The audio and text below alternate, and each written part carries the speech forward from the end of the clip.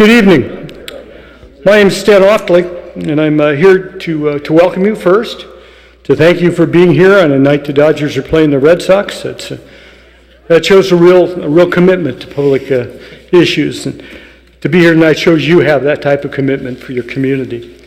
Here's what we're going to do. We're going to talk a little bit about the current status of the TCA's South County traffic relief efforts. We're going to have specific emphasis on the schedules that are coming forward and the timing of where we are in this process. We're going to have a better understanding of what this project is and how it works. We are going to also provide some context, trying to understand how this project fits in both countywide, regionally, and locally. You know, our main goal is to listen to you.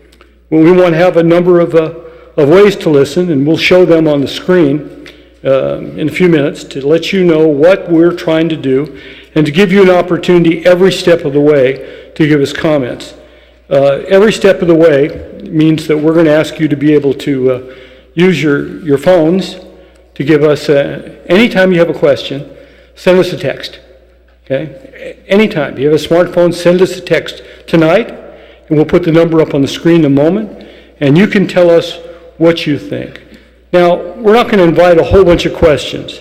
You know, we're not going to ask you to say, Stanley, just how evil are you? That's a question we probably wouldn't accept. Yeah, if you said, well, did the TCAs talk about 2 lanes or 6 lanes they want to add to the 5? Well, that's a question, and that's a clarification. And we'll do clarifications. We won't do how long have you been beating your wife questions. We want to avoid those pretty well. There's some other opportunities if you want to speak, or if you want to don't want to fill out a card, you have to leave. 6th inning, I figure we want to be out of here. If it goes longer, you can do your commentary outside. There's special rooms for that opportunity. There are cameras in the room. Please don't stand in front of them. This is live streamed, and they don't want to look at the back of your head. So they'll try to shoo you away if you're standing in a bad place. We're going to try to be cordial and civil. The people that are involved with this issue sometimes are emotional, sometimes have great concerns. We understand that. But tonight we're going to try to be cordial. Let's try to be for information. Let's try to be even-handed and fair. Also, we have 2 other issues. First, this isn't a political rally. If you have a political issue in San Clemente or somewhere else, well, that's great. We support people doing their civic duty, participating in the political process. But tonight, we're focused on transportation issues. And please, keep that in mind when you speak or when you listen through on this. We're not campaigning. Even though it's 2 weeks before the election, we're going to pay attention to that. And you should too. That's not what we're here for. Now, the people that are sitting along this panel are all going to be speaking to you before the evening's over. One of the things we'd like to have, one of the things you could do, and other than give us good advice, is to give us good advice on what a local solution would look like. You know, we can always say that, well, we don't want anybody to tell us what to do. We don't want the federal government or state government to impose something on us. We want to have a bottoms-up local process. If you have ideas on how to do that, if you have ideas on what a local process would look like or what a local project would look like that would still benefit regional transportation, hey, let us know. Once again, we're going to try to keep you out here in reasonable length of time.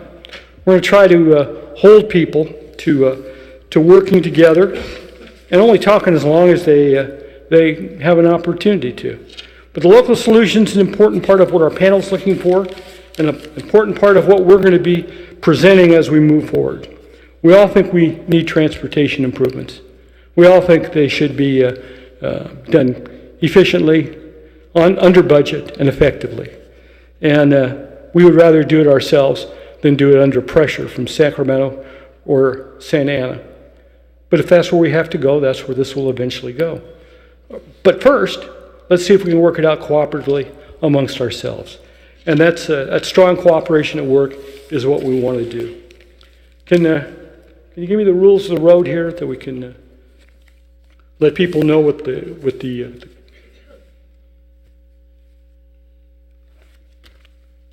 toll, there we go. If you want to use your phone to ask any question at any time involving this particular issue, that's all you have to put in. Put that in your smartphone and then type in what your message is. We'll try to get every one of them answered. Maybe not tonight. We'll try to get everyone answered in a prudent way. And we have the overflow room is the next slide. There we go. There's a live feed. We'll have public comments long after this meeting is over. Like I say, I'd like to get out in the 6th inning. If we can't make that, you can say the game's over after 10 to give your comments. And I think we're all ready to go.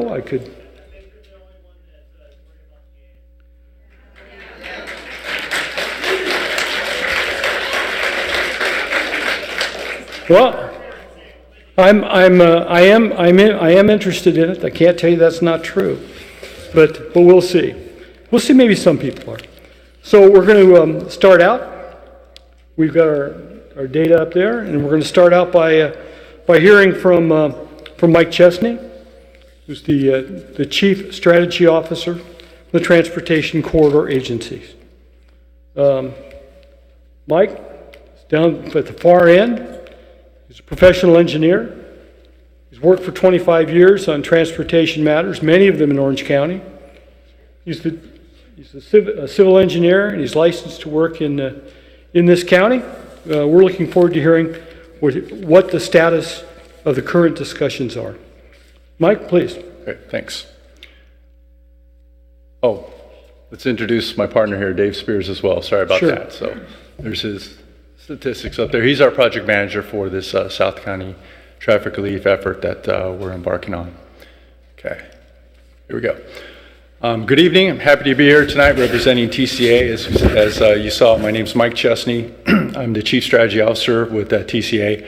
I want to apologize. I'm getting over a cold, and if I cough, I apologize ahead of time, but I'm going to try to suppress it.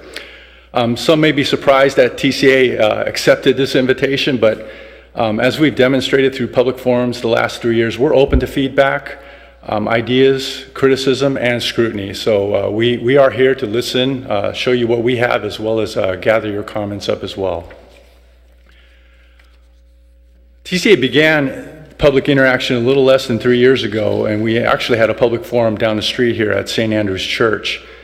Through this outreach process, we've worked with the greater South Orange County community to identify options for relieving congestion on our roads. I'd ask that if we can agree on nothing else tonight, I'm sure we can agree that we could all just use a little relief on traffic congestion, and that's our goal.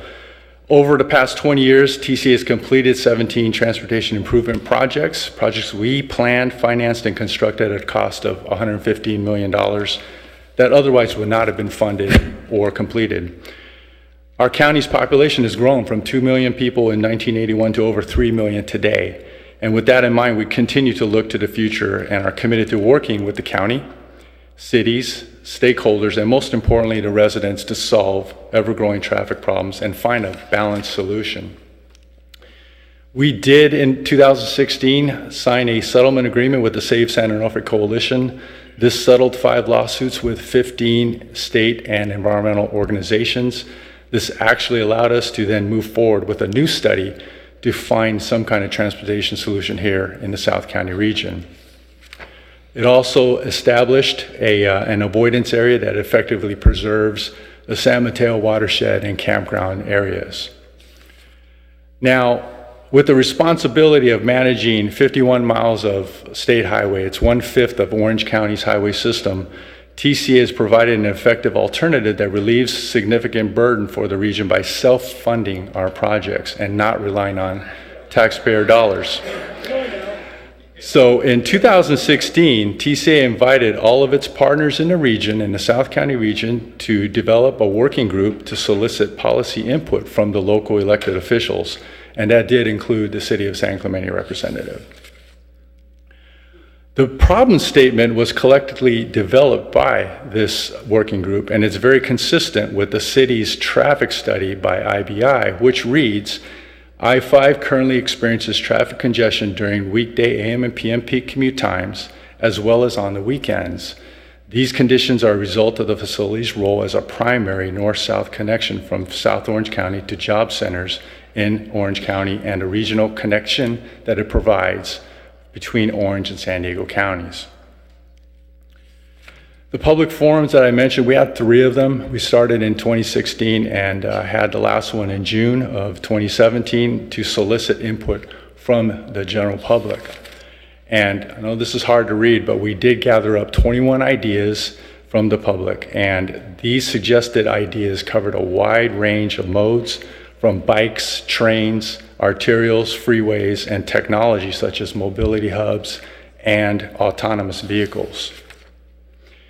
We had to find a way to screen these ideas down, so what we did is we developed a screening document with the help of our consultants and developed 4 categories that we could take these 21 ideas and start to sift through them. Category 1 is for ideas that are already being advanced or implemented by agencies other than TCA. Category 2 was for ideas that are quite simply ineffective or premature. Category 3 was for ideas that are not feasible due to regulatory permitting issues or financial constraints. And then finally, Category 4 was established for the remaining ideas and that we could subject to some mobility analysis. A lot of the ideas fell into the first 3 categories that simply we wouldn't do as an agency, we wouldn't move forward with. But what we did find is we did an initial screening, and the end result was to carry 7 of the most promising mobility ideas forward, and those are the ones shaded in the yellow box. The ones in green are either led by other agencies or are ones that we could potentially assist with local jurisdictions. So with that, I want to hand it over to Dave Spears, who will go through our PSR process. Thanks, Mike. It's good to be here and to see you all. So what is a PSR PDS? My wife would have no idea what that acronym means, and I'm going to explain it to you. It's a Project Study Report, Project Development Support. And in short, it's what Caltrans would call a project initiation document. It's what happens before you get into formal environmental process. So part of a PSR PDS, which is, there's copies in the lobby there I see. I have a large document on the table over here. It's another hard copy. So that's what we've been undertaking in the last year and a half. It includes a preliminary purpose and need, which is a statement of what is the transportation problem that we're trying to solve. It identifies a range of alternatives. It has a preliminary schedule. And its basic function is it allows Caltrans to forecast the resources they'd need to move this project into the next phase. The next phase, environmental document phase, is a very detailed phase, and so that's kind of the function that this document serves. I want to talk a bit about who is involved in the development of this process. We have what's, again, another term called a PDT, a Project Development Team, and this is very common for Caltrans freeway projects. And so in this project development team, we've had 6 meetings this year, starting back in February of 18. Caltrans, OCTA, the County of Orange, Sandag, Camp Pendleton, and 9 cities have participated either by phone or in person in each of these 6 PDT meetings. We collaborated over that period of time regarding getting input and developing a purpose and need statement. We provided this document first to Caltrans in April of this year, and it was called an administrative draft. Once we had their initial feedback, then we provided the draft PSR PDS to the entire project development team. And that was in June of this year. They had about a month to provide comments, so we had received comments by the end of July. And then we took our time to write detailed responses to each of about 100 comments. So we have a 28-page document with each comment listed, and we took our time and wrote very thoughtful, informed responses. And in some cases, the comments translated into updates into the document. So you'll notice in the lobby when you're out there, if you get a chance, that there's 2 copies of the document. One is the red line change version, so that if anyone wants to see how the document changed from the first draft to the revised draft, it's all there in track changes. The alternatives that we considered, as Mike mentioned, we ended up with a no build and 8 build alternatives. They're listed.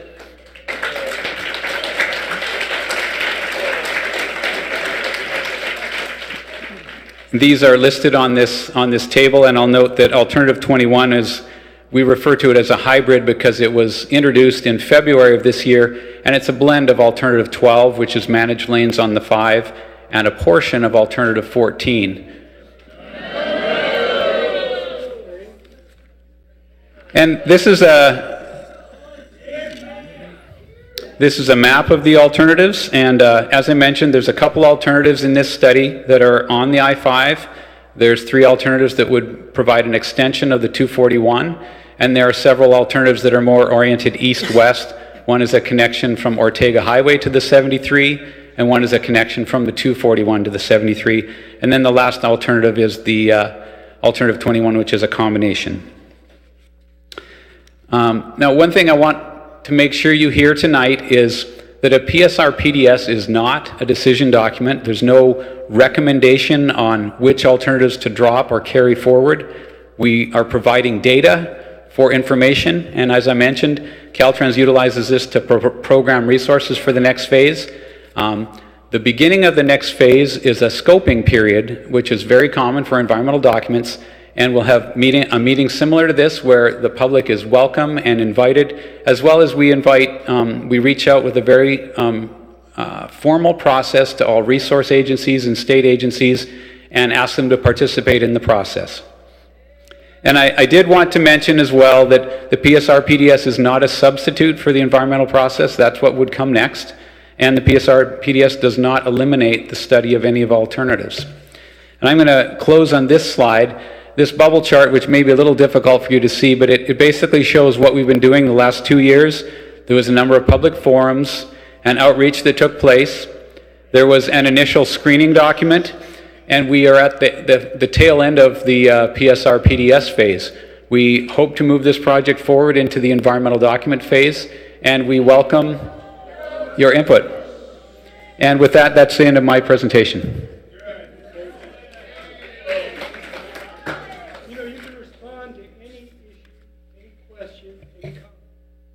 You can do this by emailing us or texting us right now. You can put it in real time. You want to put it back up? Can we put the address back up before you did? We've done it earlier. You can do it now. I didn't see a text number. I don't have a number. I don't have a slide. That's good enough.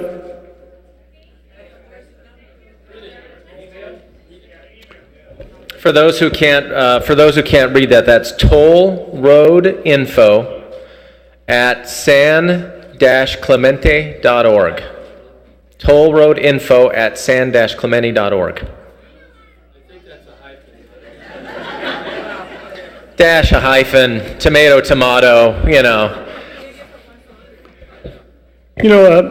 Our next speaker is Kia Mortazevi from the Orange County Transportation Authority.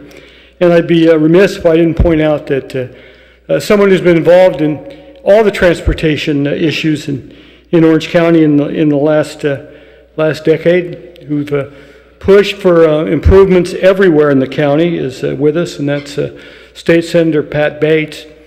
She's here monitoring to hear what you have to say. She wants to know what the opportunities are. We've worked with Pat.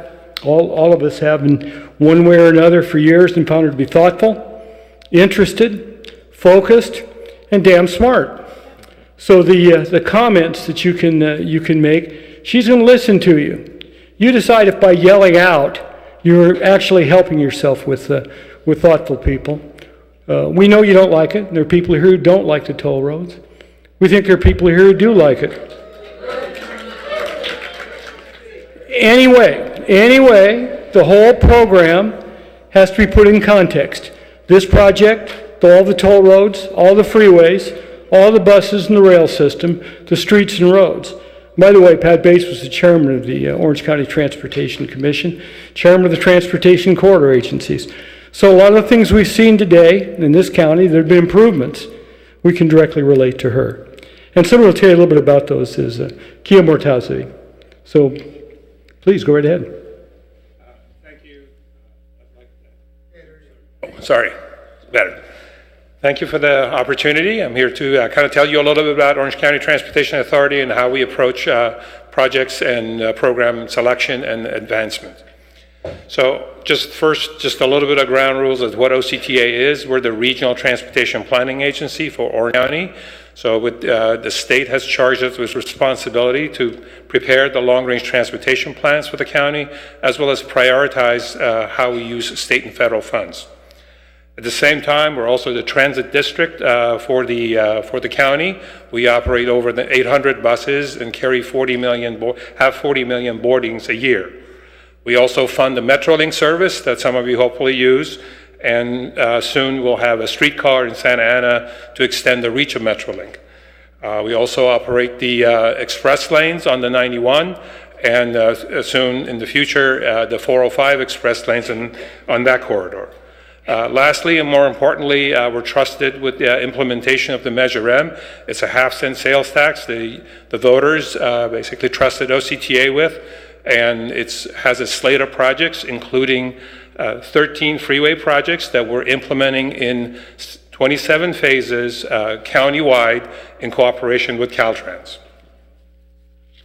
So just one thing I would say that how we approach selection of projects and go about it is that we look at it as a three-legged stool.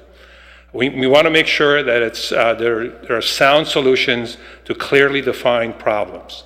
That's first and foremost, because it has to stand on its own. Second, we have to have stakeholder support, and those are the cities, all the important parties that are interested in that. And lastly, it's the community and the affected residences that need to be there and be supportive of the project. You have to have all three, in our opinion, to make sure that a project moves forward. Some examples of that, I would say, is the Pico interchange. We know the city of San Clemente was interested in improving it. We asked the city to take the lead in defining how should that be laid out. We knew that it was going to have community impacts. We worked with the city. Actually, the city took the lead, laid that out, and we took the ball from there.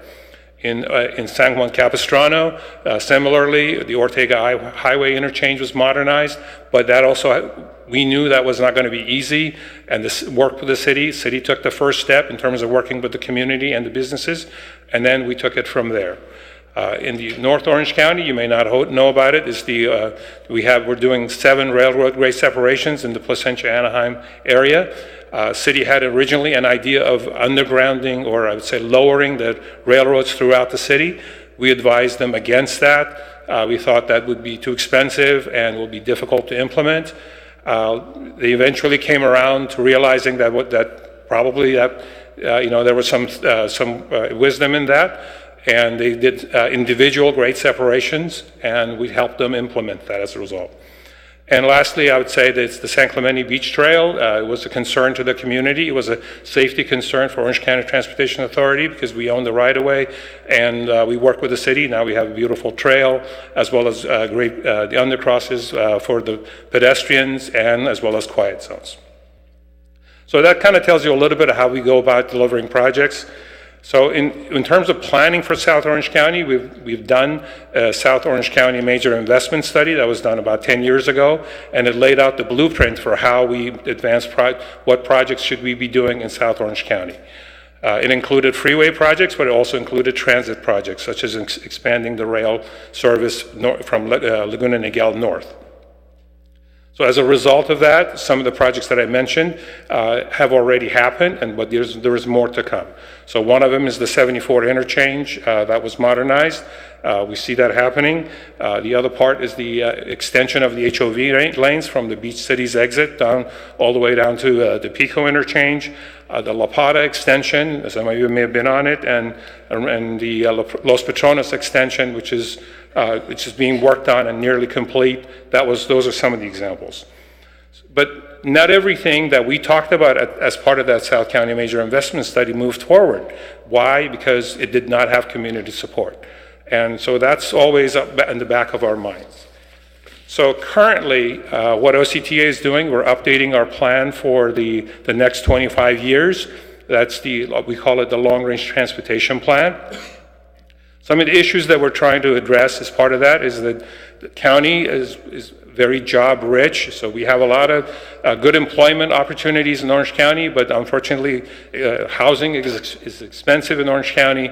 And so we have a lot of commuters that are coming into the county.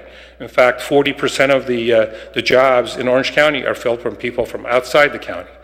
And we also focused where are they coming from? It's 90%, more than 90% are coming from Los Angeles, San Bernardino, and Riverside. So when we look at our long range, we're trying to focus on those issues. So one of the things we're looking at is expanding Metrolink service, and so that we can those long-term or long distance trips can be basically accommodated with another way. Right. In addition, we're going to continue fixing the freeways, and that would be delivering the Measure M program. But we also have plans to extend the carpool lanes that end today at Pico all the way down to the San Diego County line. Just a straight carpool lane going to the county line. So those are in our plans right now. So I think I'm going to close on that and just turn it over to the rest.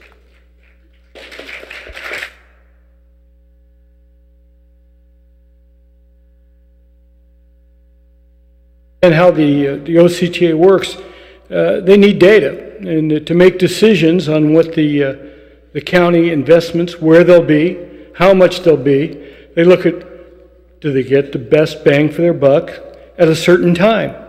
So the city of San Clemente has hired a prominent planning firm, IBI, and they've taken a little bit of what the future of San Clemente's proposals are, or excuse me, TCA's proposals for San Clemente, and to understand a bit at a high level what that means. And we have two people from IBI, and Bill DeLeo. I got to be careful because my wife's name is Dee and she spells it with a D-E, so it's something I'm concerned about not mispronouncing. We'll lead off first, and then we'll see where we are on the IBI proposal. All right, thanks, Stan. Good evening, everyone. As Stan mentioned, I'm Bill Delo with IBI Group. We were retained by the City of San Clemente to look at different needs for transportation and mobility in the future, both within the City of San Clemente and a larger area within South Orange County, and as well to look at what alternatives might exist, primarily focused on roadway type improvements to meet those mobility needs in the future as a potential alternative to the toll road.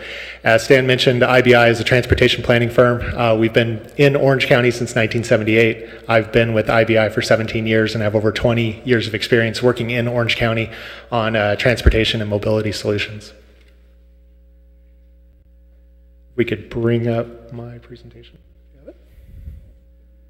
And Mike is with me. He's a senior project manager and led our efforts on this study, and he'll be a resource if there's any clarifying questions on our study later on this evening. There should be another one with the green background. Yep, there you go. So the title of our study was the San Clemente Arterial and Mobility Study. It was a study that was done to really kind of understand the baseline conditions in the future, the year 2040, so about 20, 25 years in the future, with and without a potential extension of State Route 241. We wanted to identify and develop potential roadway alternative, what we call packages or groups of improvements that would be defined or proposed to improve mobility within the city and South County, and compare those alternatives to a potential extension of the 241, and then provide the city with our findings and conclusions. So our work was done with OCTA, using their travel demand model. They have a regional model that measures and forecasts transportation demand throughout the county, so within San Clemente and throughout Orange County and into the adjacent counties. And we utilized OCTA's regional model because it is the established and adopted model for long-range transportation planning within Orange County. And we looked at and used that model to compare different results for what we defined to be our overall study area, the citywide, and then along specific key corridors, freeways and arterials within the city and within our larger study area. And we looked at a very high level at several different key metrics that I'll walk through a little bit here on the next slide There's three key ones that we looked at. The first is vehicle miles traveled. This is basically all the miles that all the cars that are driving in one day travel, irregardless of how far people go. And this is a key metric for us and for transportation planning professionals because it is tied to the amount of emissions that vehicles release into the air, creating smog, creating greenhouse gases, carbon dioxide, and so forth. So it's a number that ideally, from a transportation planning perspective, we're looking to reduce in the future. Vehicle hours traveled, very similar, but a metric that's based upon the time that people travel. So not just the distance that they're traveling, but the amount of time that they're traveling each day. And then vehicle hours delayed, which is a really key one, is related to those two, but as people are traveling in their time or in their distance, how many hours are they spending being delayed, traveling less than the average speed or the typical speed you would expect for them to travel along a particular roadway or freeway. So we looked at several different networks, and I'm not sure, they're a little small, so I'll walk through what we had looked at here. The one on the left is what we termed the baseline do-nothing alternative. So this was a roadway network that equated to what existed in the year 2012, which was the base year of the model. So if you'll see on there, the roadways associated with the Rancho Mission Viejo development are not on this map, as well as some other roadways and extensions within the city of San Clemente, the La Pata extension, for example.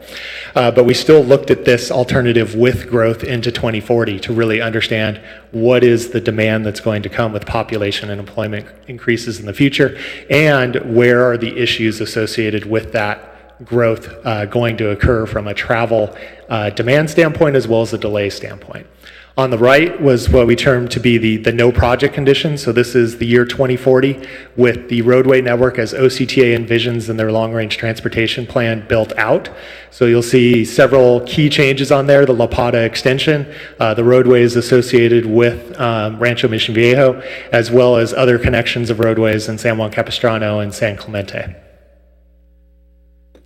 We then looked at three potential future scenarios of improvements. The one on the left was basically the stand-in for a toll road extension. It's the old toll road alignment that travels outside of the county and goes down by San Onofre. But at the time we did this study a little over a year ago, it was the only kind of publicly available potential alignment for the toll road that we had access to. So it was our kind of stand-in alignment for a toll road extension. In the middle, we looked at an alternative that we called Package 2, which involved improvements to La Pata Avenue and then an extension of La Pata Avenue south of the city and then down to Interstate 5, right along the border of Orange and San Diego counties. And then in Package 3, there's only one improvement, which is really small, shown in red, kind of in the middle of the map, and that would be an extension of one of the roadways within the Rancho Mission Viejo development to make a connection between Cow Camp Road and Ortega Highway. I believe that roadway is now called Chiquita Canyon. On this map, it's called F Street, but it's an extension of that roadway and making that connection. So this slide shows basically a graph comparison of the different alternatives and what we looked at in those three different metrics that I highlighted earlier: the vehicle miles traveled, the vehicle hours traveled, and the vehicle hours of delay. And on the map on the right, the roadways and freeways and toll roads that we have highlighted in red basically define what we looked at as our study area. And then the city boundary, which is a dashed line. Most of you are probably familiar with the boundaries of San Clemente, but it's probably not too visible on there, but you can see it. But that is the citywide look. So the blue bars are the study area that we looked at, and the red bars represent the city area, which is a smaller area, so you'd expect those bars to be lower. And basically the takeaway from this slide is, as we look at the future baseline condition for vehicle miles traveled and vehicle hours traveled, they're very similar data between all of the different alternatives. The baseline condition with just OCTA's improvements, an extension of the 241, an extension of La Pata, or just some minor roadway arterial improvements. Where you really see a difference is in the vehicle hours of delay, where we have fewer roadways in the future. The do-nothing alternative that we looked at, there's a significant amount of additional delay that's forecast because there's a lot of roadways that don't exist or that wouldn't exist in that scenario. Whereas the other alternatives, the no project, the with project, basically with the toll road and the other options we looked at, are very similar. And the key takeaway with that, and what we found, is within the study area, they were about within 5% of each other. Within the city, they're less than 3% within each other, is that there's really not at a large scale, not a significant difference between the alternatives. So there wasn't a whole lot of benefit that may come from significant investments that might come with an extension of the toll road, at least along that alignment. Similar to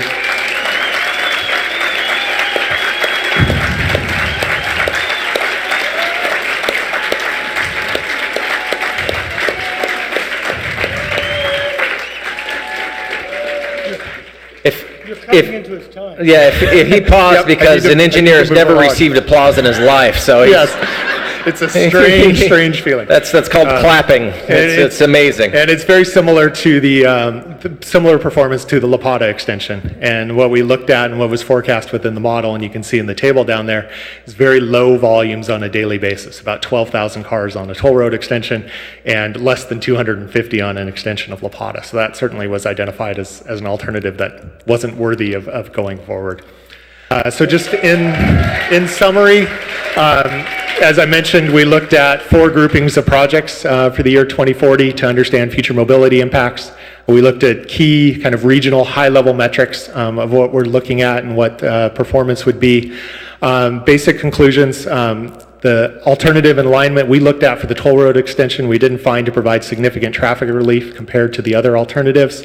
There were similar metrics across each of the scenarios, and really one of I think the key findings is a lot of the data showed there needed to be an emphasis on improvements to key east-west roadways that provided connections to I-5. So Ortega, which Kia identified, and other roadways as well. And that concludes my presentation. Well, thank you, Bill. The city of San Clemente, which is the key reason you're here, has got opinions on the way the TCAs are moving ahead about these projects. They've hired IBI to give them data to try to make their case to the OCTA, to you and to others, on where a good transportation investment would take place. But someone that's closer to it, someone who's living with it every day, is Tim Brown, the mayor of San Clemente. He's to give us a little bit of the perspective of the city. It's okay. Light applause is understandable. It's like following Elvis. You know, it's just nowhere to go up there. First of all, I'd like to thank you all for being here tonight. This is a very important meeting, and your attendance is very important as well as your input. We are going to have limited time tonight for this meeting. However, your comments, especially the recorded ones, are going to be incredibly important, as this record will follow our fight going forward. And so I would welcome you, if you don't have a chance to submit a card tonight, we're going to have recorded messages, and you can go on the record as well as the email address that was provided. Please share your opinion. It's important that you're heard on this. It's important because we can all work together to figure out and fix South Orange County's traffic issues. I do want to thank Senator Pat Bates for being here tonight. I do appreciate her attendance and her efforts in bringing all the parties together. That's worth a round of applause for sure.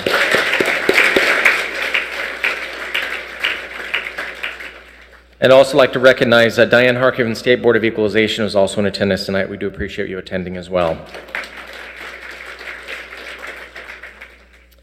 I'd like to thank the members of the San Clemente Toll Road Subcommittee, Council members Donchek and Council Member Ward. Council Member Ward is here tonight, and she is a member of that committee and is primarily responsible for this event and in leading the city's efforts for the fight against the toll road as the member of the TCA. Initially, she was going. That is worth applause for.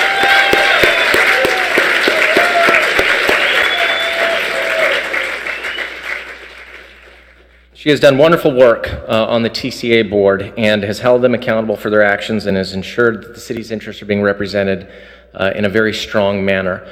She initially was going to do this presentation, but there were some concerns regarding the season and also the idea of her being up here, and so she graciously deferred and provided the presentation to me and briefed me on the matter, and so I'll do my best to fill in as much as I can. But I do appreciate her trust in me and her graciousness in ensuring that she is trying to have a level playing field.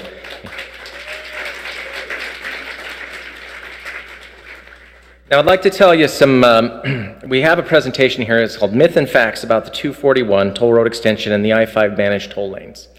I think it's important for the residents to know that the city has very clear eyes about really what the issues are here, and that we have very succinct opinions. I do appreciate all of the incredible opinions, the engineers, and the presentations that have been done here. Mine is far simpler, which I am deeply grateful for. Ultimately, it's one that, especially because Kathy had a briefing on most of the matters, but it's also one that I think will also resonate very much with you. We have observed, and I've been on council for 8 years, and we've, during that time, really been able to get a true picture, I think, of what the issues are, and we're hoping we can convey those issues as well as the city's facts and opinions about those tonight. So, myth one is that San Clemente wants to return to the green alignment. The fact is that San Clemente opposes the green alignment and does not want to see the 241 toll road extension to go through either Trestles or the middle of the city of San Clemente.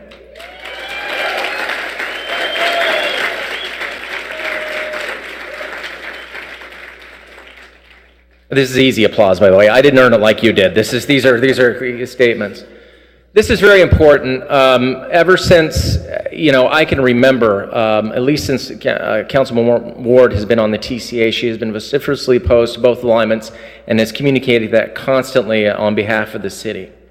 Myth two, San Clemente is just being NIMBYs who don't want to do their part to help relieve traffic.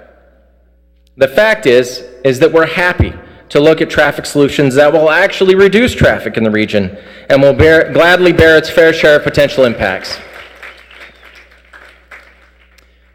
Members of this council have been in communication with different elected officials in South Orange County trying to find reasonable solutions here, and they can be had, but we need all the parties to buy into that process if we're going to do so. The city is very invested in this. And Councilmember Ward is pursuing that at the TCA, but we ultimately need them to play ball if we're going to get it done. Myth three, the SR 241 toll road extension will solve Orange County's traffic problems. All published studies, including the recent IBI group study, have shown that the SR 241 toll road extension will have no effect on traffic congestion in Orange County.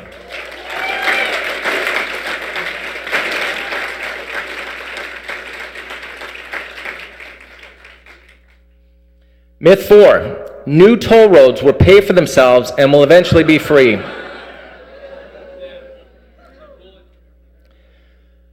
I know at some point we all hoped this would be true, but the fact is that the toll road was supposed to be free by 2035, and that date has already been pushed back until 2057.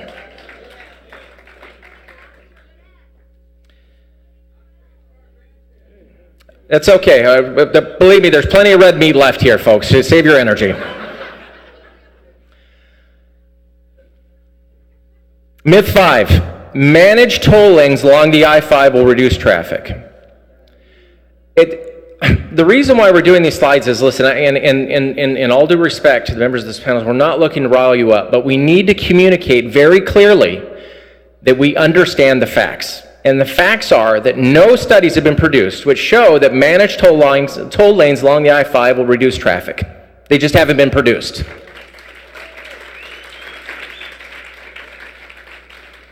And in chatting with Councilmember Ward about this, she's really pushing this one very hard on the TCA, and especially one of the things that we're particularly interested in is how it's going to impact our residents if this idea goes through. Myth six, new managed lanes on the I-5 can be done with minimal impacts to local homeowners and businesses. Now, I've only been in San Clemente for 16 years. I was smart enough to marry a local. She brought me here. And so I got really invested. And the fact of the matter is, the places where we live, worship, work, play, and spend our time are right along that corridor. So when that I-5 alternative was studied in 2007, TCA stated in the public comment that this project would displace nearly 2,000 residents in 838 homes and would sweep away 4,150 employees and 382 businesses. That is a very sobering number. And it's one that this council is deeply concerned about, and one that we, of course, are adamantly opposed to.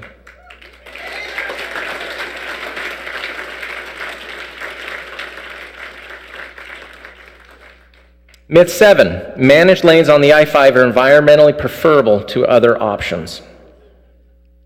And this was an interesting conversation. When I was chatting with Kathy about this, she said that the TCA stated in 2007 that I-5 widening was a 16-mile scar slicing through our neighborhoods, and there would be enormous destructive natural and human environmental costs of the I-5 widening alternatives. The fact of the matter is, and the truth is that the philosophy that we espoused is that you should not build toll roads through developed communities.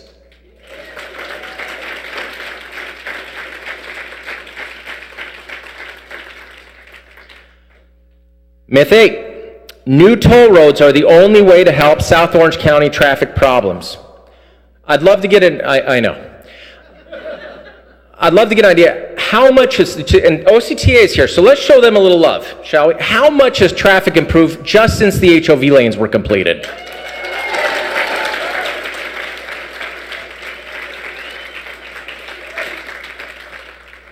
It's absolutely dramatic to our town.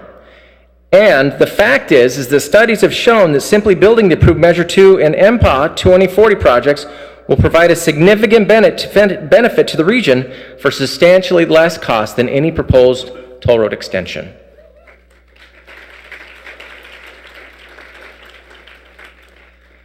Listen, we benefited from strong leadership here in San Clemente on this particular fight. And it's one thing that all of us are unanimously opposed to, which is the idea that a toll road would be developed through San Clemente. And I think the purpose of this presentation was so that you could understand that this council, city management, is very clear about the facts here and is very clear about what the issues are. And we absolutely feel very strongly that we can take a position on these items and support, and here was the last slide, real regional solutions that will reduce traffic congestion, be cost effective, and result in minimal impacts for South Orange County residents and businesses. It's not a small ask, but it's something we should all aspire to and work for, and frankly, we should continue to press until we get it.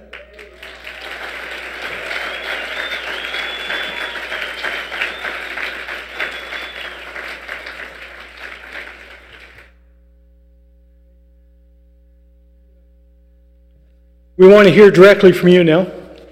We want to hear what your responses are to what you heard, and your ideas and how we can move forward, what we should do, where we should recommend we go to find needed transportation, regional transportation solutions. Just like a city council meeting, we're asking you to fill out a comment card, and I got a big stack of them. Yeah, lights would be great.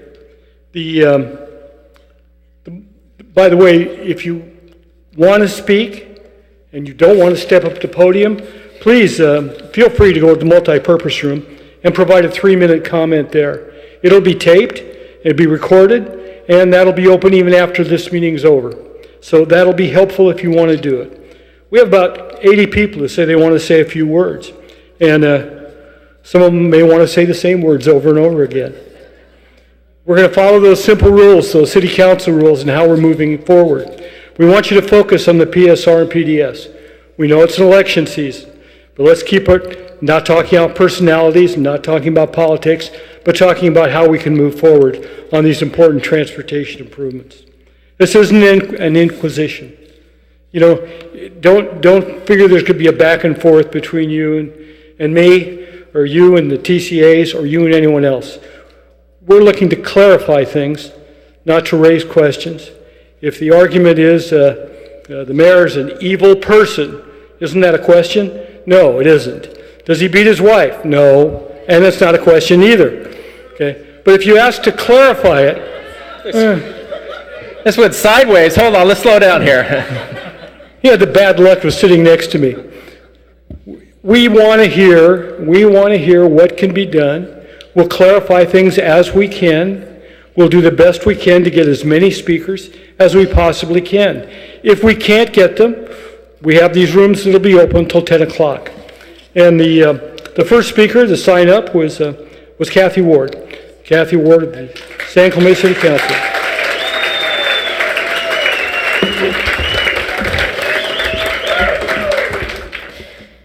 I'm disappointed tonight that The focus tried to become a campaign issue, and I wanted to say that this issue for San Clemente, for me, is what this will do to our city. It is bigger than a campaign issue. This is our town, and that is why I'm here tonight.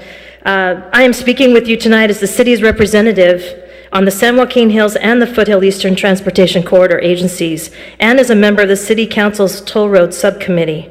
I've heard firsthand the attempts to sell this toll road as a fix for South Orange County's traffic problems. First one is a green alignment, which the City Council opposed, and now as a toll road that would bisect the city of San Clemente. All public studies have shown the same thing.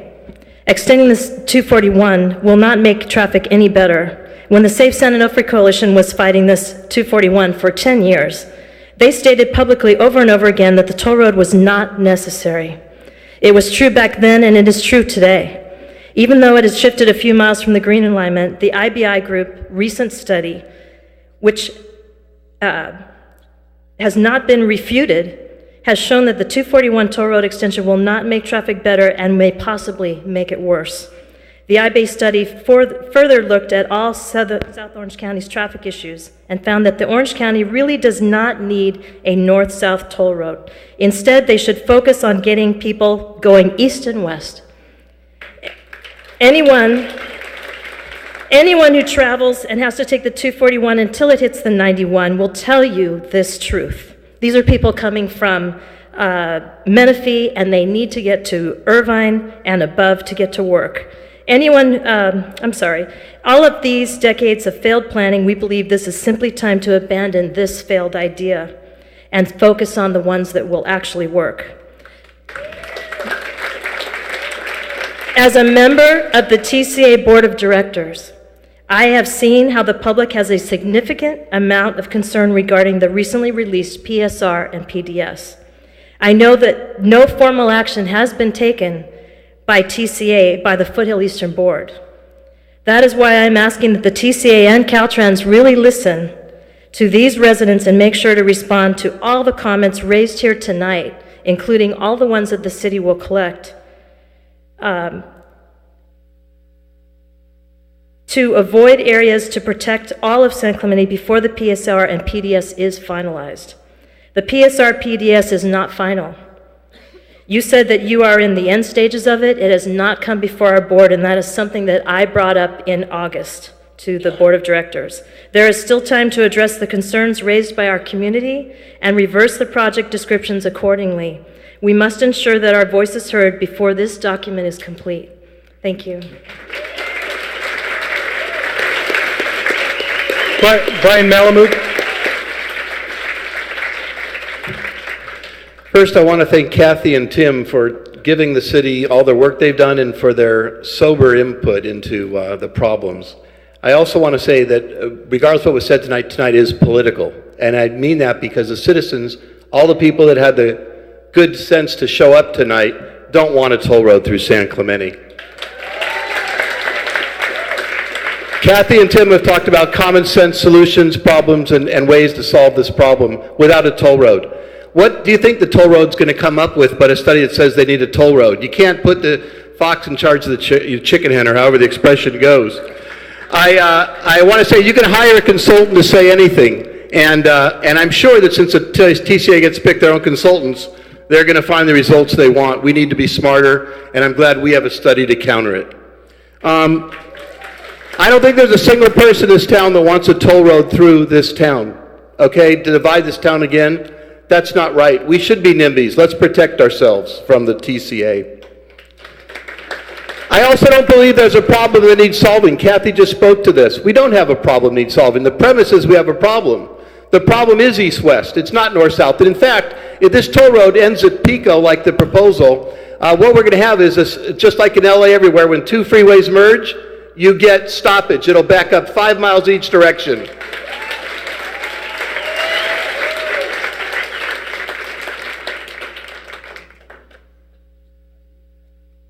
I think we need common sense.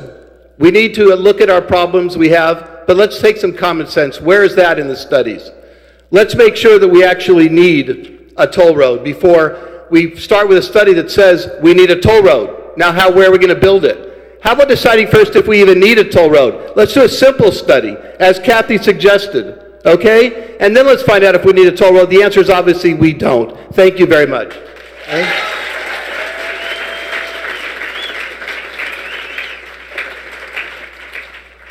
You know, we have an opportunity to hear from Diane Harkey, a member of the State Board of Equalization, one of the leaders in government in Southern California. Thank you, Diane. Thank you so much for holding this, and thank you, community, for showing up. I was a member of the TCA, and I lived through that. And I will tell you that the way the TCA manages is to determine, one, that they don't have enough traffic, and so they probably need to raise the rates so that they can keep their project going, which is the alternative of what you would do if you were in a business and you didn't have customers. You would probably have to lower your prices, cut things so that you could continue. That's what I saw on the TCA, and I was very upset with that. I did support a toll road at one time, but what I have seen since, we never had support for this. I was down being slaughtered at a Coastal Commission hearing back when the Green Line was there. We never had support. We never had staff really working with us, and we never had any support from the communities. And why elected officials are constantly being thrown into these positions to support transportation corridors that are probably not needed and probably aren't going to work, I don't understand. You take elected people that are newly elected, we go to these board meetings, everybody shows up, there's people that don't live in the communities that are being affected that also have votes. This is just a wrong situation. Now, I really think that it's time that we just end this toll road fear. I don't see anything working here. I don't see any support from the state. I don't see any support from the county. And so there is some money at the toll road. My big concern is that that be spent in South Orange County where we need some transportation solutions, but it not be necessarily bond money, that maybe we do some other things. Our Measure M money has worked. It's given us the relief that we need, but we do not need an extension of this toll road nor an extension of the bonds and the underwriting, because the only ones that get paid off, quite honestly, are the bond underwriters and all the consultants and all the attorneys. So enough is enough, enough is enough, and I think the agency needs to complete its work and probably disband like it's supposed to.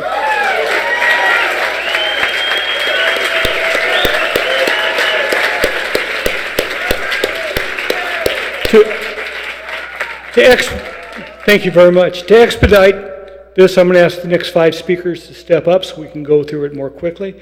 First, Ed Ward. Second, Bonnie Barnes. Third, Emma Jensen. Fourth, Mickey Rothman. And fifth, Wayne Eggleston. Please. Thank you. Good evening. My name is Ed Ward. I'm a resident since 1976 and a city council candidate. I've got 2 questions. They'll probably be rhetorical because I doubt that you'll spend the time to answer them, but I think they're important to consider. Number 1, Mr. Mortazavi talked about the 3-legged stool, with one of those stools representing city support. With nearly universal opposition to this project in San Clemente, how specifically will this lack of support impact your decision-making process?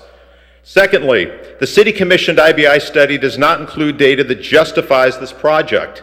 According to the PSR-PDS, the purpose of the project is to improve regional mobility by reducing congestion on I-5 during peak hours.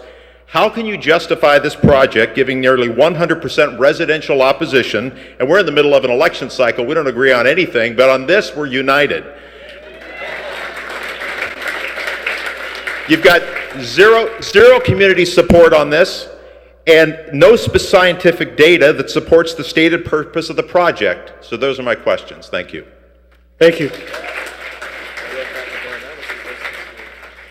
Bonnie Barnes, thank you. I'm Bonnie Barnes, president of Rancho San Clemente Master Association, representing 14 HOAs and 5,000 residents. You've just watched the TCA's PowerPoint. If I had been allowed to show my PowerPoint today, you'd be looking at the TCA map that Mike Chesney and David Spears gave me at the October 11 TCA board meeting. TCA's map of Route 14 is superimposed on a satellite image that predates and does not show the landslide that threatened St. Andrew's Church and Bright Horizons Preschool, Avenida Pico that has been widened, or the new retaining wall. Mr. Chesney pointed out that Route 14 runs 10 feet away from San Clemente High School instead of over it. This is not acceptable. San Clemente's offshore winds will blow toxic emissions and particulate matter directly onto students playing football, soccer, tennis, track and field, band, drill team, and other sports. The federal government wants to relax EPA standards in California, which may allow vehicles to produce up to 30% more airborne toxic emissions. The environmental impact report for this project should reflect the negative impacts based on the national EPA standards rather than California's more rigid standards. Anticipated production of vehicular toxic emissions from the 4 toll road lanes and HOT lanes also need to be included in the TCA's EIR. Mr. Chesney also said Route 14 runs through the landslide and Caro's restaurant. If so, the new retaining wall and the 45-foot tall Starbucks under construction now, where Caro's once stood, may add to the collateral damage of toll road construction. The TCA map also shows Route 14 connecting to the center of the I-5. Widening the I-5 to add 4 toll road lanes, hot lanes, road shoulders, and barrier walls could easily move the east boundary inland of the I-5 at least 50 feet closer to the high school, homes, and businesses that all may be taken by eminent domain. The PSR also includes Route 14 interchange and bridge project that has vague language about a connection to La Plata. Will you please clarify for the residents whether this interchange includes adding lanes along Calle del Cerro to connect the interchange to La Plata? While the TCA says the public came up with the ideas in the PSR, I have not found any public input clamoring for an interchange at Pico and Del Cerro on any TCA media sites or heard it discussed at any public meetings. It is also shocking to find that the PCR has no cost estimate for existing and anticipated litigation regarding Route 14. Route 14 is unsafe, hazardous, and costly and must not be approved. Thank you. Emma Jensen.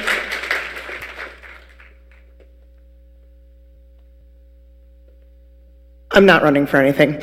I've lived in San Clemente for give or take 20 years. And first I want to say how excited I am that nothing can bring a community together, not wanting a road going through our city. And how excited I was to find out that you guys brought IBI on board. I did some research and you should look at the things that they're doing across the world and the ways in which they're focusing. There's a little thing called induced demand, which basically means that whenever you make a road wider or build a new road, more cars just come in to fill it in. It does not alleviate traffic, and there have been studies done over and over and over again over the number of last decades. I actually emailed a giant study summary to that info page, and that is exactly what IBI has been saying, is that if you want to reduce traffic congestion, if you want to reduce emissions, if you want to make life better and easier, take it from someone who lived in Los Angeles when I went to college, the way to do it is not by adding more roads, the way to do it is with light rail and subways and trolleys and things that don't force us to buy gas. So thank you very much. Thank you guys for bringing IBI on. Thank you. Listen to him. Nikki Rothman. I think that's Dave's wife. Nice to bring a girlfriend. Good evening, board, friends, neighbors. My name is Mickey Rathman, and one of the things that I love about the 19 years that I've lived in San Clemente is how involved our community is and what an incredible community of activists that we have who stand up when they see something that isn't going right. I am inspired by my friends and neighbors who have been involved in standing up for what they believe in. I'm also concerned. It shouldn't matter if you stood up for the fight in the beginning and have been involved for a long time. in saying no to the toll road, or if you were inspired yesterday because your neighbor talked to you about it. I really hope that our community, the folks that are here tonight and the people who are watching at home, band together, that there shouldn't be infighting amongst the people who are saying no to the toll road, that we should be working together, have a common goal and a common message and plan of action, that there isn't any reason. We're all looking for the same thing. None of us want the toll roads. One of the council candidates, Ed Ward, made a joke that, we're all, a group of us running for city council, but the one thing that we can all agree on is no toll road. So if you can have a group of people who are running for a political office in town, I agree on this. I think that the individuals, the activists within our community can also band together and agree and look at this from a united front, and to face it together. Because if there's infighting and things that are happening within the activist groups within our community, we're not going to be successful, that weakens us. And we have a saying in town, right? One team, one town. One town, one team. So we need to unite together to fight the toll road and keep the managed lane and the toll road from ruining our community. So thank you. I encourage you to vote on November 6th. Thank you. Mickey Rathman. Wayne Eggleston, and then we'll follow by Gene James, Tom Barnes, Don Verbanek, Ellen McGuirk. Good evening. My name is Wayne Eggleston, former mayor and former city council member, and I want to thank Mayor Tim Brown and Councilwoman Kathy Ward for their effective leadership in San Clemente. Thank you very, very much. I've lived here since 1984, and I do want to thank the OCTA for two things. Number one, for our quiet zone. Thank you very much, and for the beach trail. That's terrific. Thank you. And for the extension of La Plata, which is very effective and very nice. Thank you so very much. No one in this room is going to permit the TCA to divide our city, to rape our open space, destroy businesses, and destroy homes.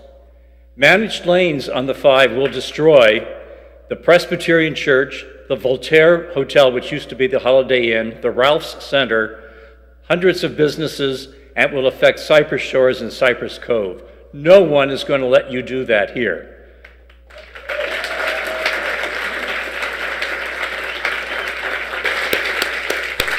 I have a simple solution for you, TCA.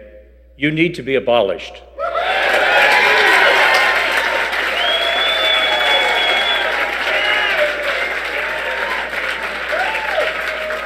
Gene James. I wish I could follow that. My message is very clear.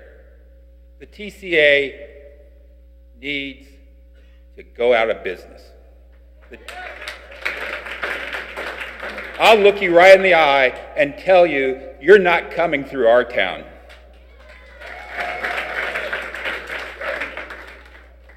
Our moderator a few moments ago, an hour ago, said something about there are people in this audience that might be pro-toll road. I look at you, please raise your hand. 1, 2. Will everyone against the damn thing raise their hand?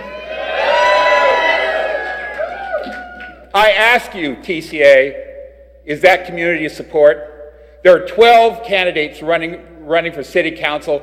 All damn 12 of us say hell no. Thank you. Tom Barnes.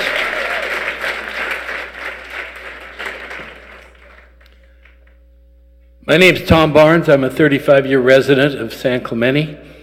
My wife, first let me thank Mr. Spears and Mr. Chesney for providing us with accurate information about where the toll road is going. They gave us this, and from this, my wife, this is my slideshow, by the way. Back to this. From this, my wife then did these 3 renderings to show you exactly where the toll road would be going and how it would have an impact. But we now have this within, there we go. How's that? Okay. I'm losing time. Okay, it's okay. Anyway, we've been doing this for about a year now. We've been showing up at the TCA meetings, and it took us 2 months to do a slide presentation. They fought us for 2 months. We finally got the right to do it. But when they did that, they cut our time from 3 minutes to 2, which I believe is in violation of the Brown Act. Probably, certainly the First Amendment. But anyway, we've done a lot of studies, and my wife does the graphics, and she does a pretty good job, as you can see.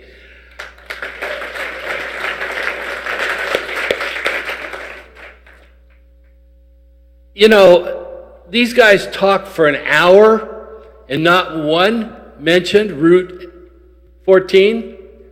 How can you talk for an hour about the toll road and not mention Route 14? Route 14 is the problem, and we need to get rid of Route 14. And once you get rid of Route 14, then we can seriously look at issues and things that'll help us.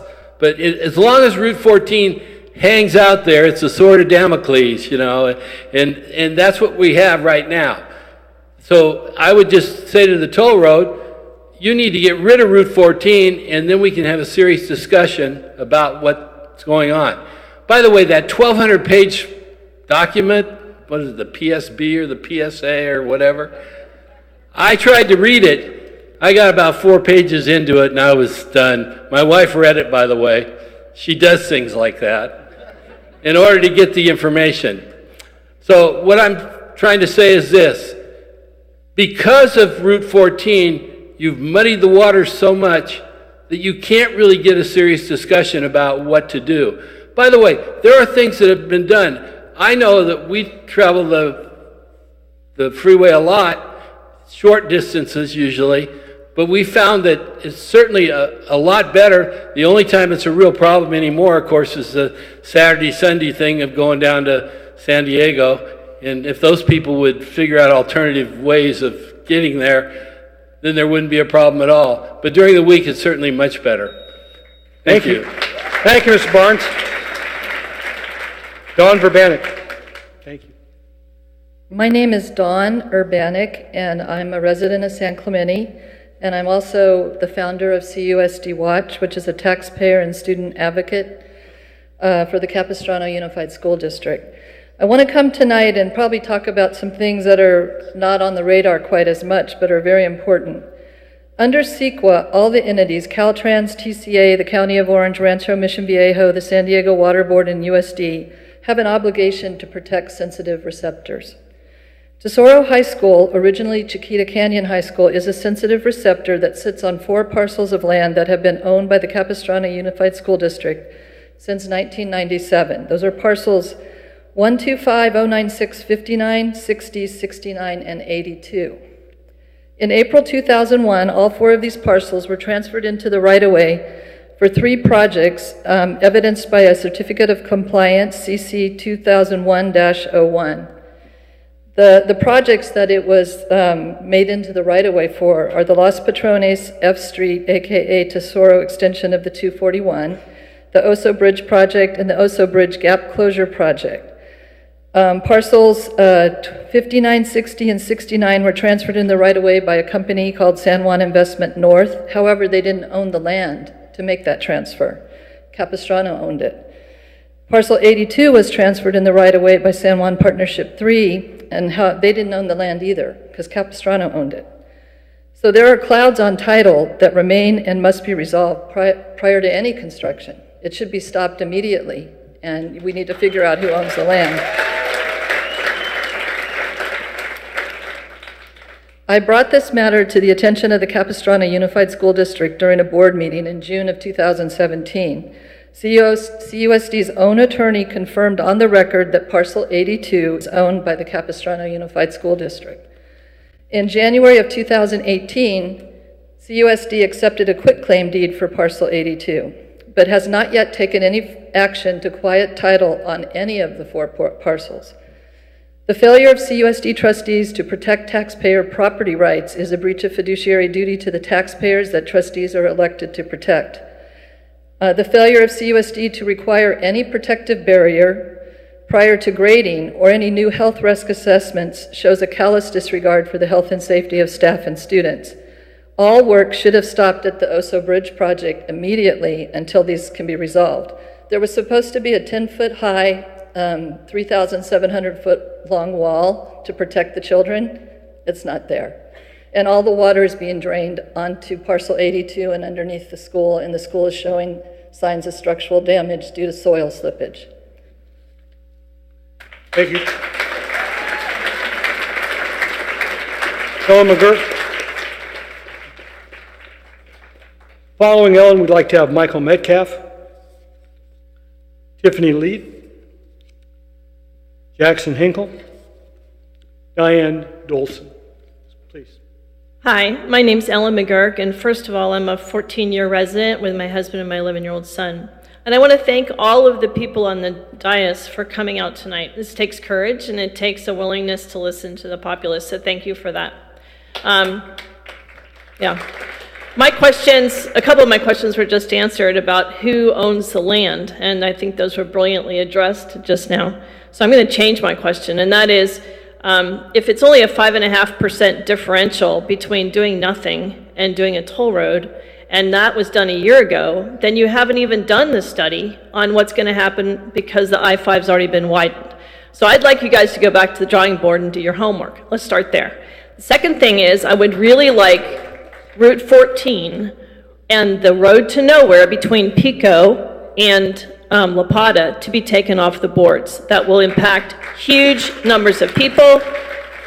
I don't know where you'll get the money to get the eminent domain, but that none of that's been revealed to us. And when you look through the PSR and you do your homework, a lot of the mitigation on those documents don't show how you're going to handle the apartments that will be taken out and the parking for those, or the floodplain mitigation, et cetera, et cetera. So it would be really helpful for geeky people like me to see some of that information, because my home would be directly impacted. I live right on Calle del Cerro. And I think a lot of people are very interested in helping, but you can't just put toll roads through landslides and call it good. It just isn't. And everybody here that's lived here for any period of time knows you can't do that. So if you listen to the people that know that stuff, we'd probably be much more willing to help. Thank you.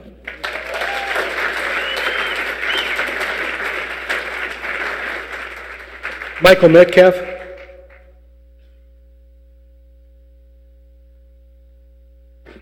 I don't really have much to add to what's already been said, but I will remind the board, the TCA, that the 710 freeway that was supposed to go through South Pasadena was stopped, never happened because of local opposition. And these freeway projects are not inevitable. So I'd just like to close by saying, abolish TCA.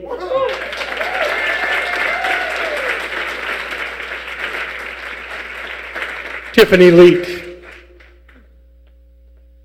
Thank you for my time. My name is Tiffany Leet, and I am also a candidate for City Council. I'm sitting here listening, and at the very base, I just find it egregious that we're even having to be here tonight. That things have gotten so out of hand that this is even on the table. That we're expected to look at some graphs and to listen to some statistics and say, sure, come tear down our supermarket, that's perfectly fine with me. That isn't gonna happen. I will state unequivocally that I, myself personally, nor any member of this community or community as a whole shall bear the burden of overdevelopment in other areas. I do not believe that a toll road is going to improve anyone's life, but it certainly isn't going to come through our community. No extension of the toll road, no taking of property or open space will be acceptable. So there's a lot of different ideas, different action groups, different plans, different routes, but the simple answer is no. Thank you.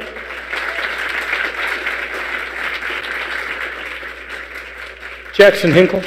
My name is Jackson Hinkle. I'm a candidate for San Clemente City Council.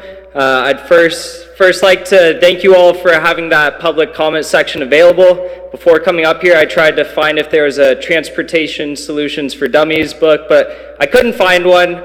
And I would strongly suggest, Mike, that you and none of your TCA friends ever write one.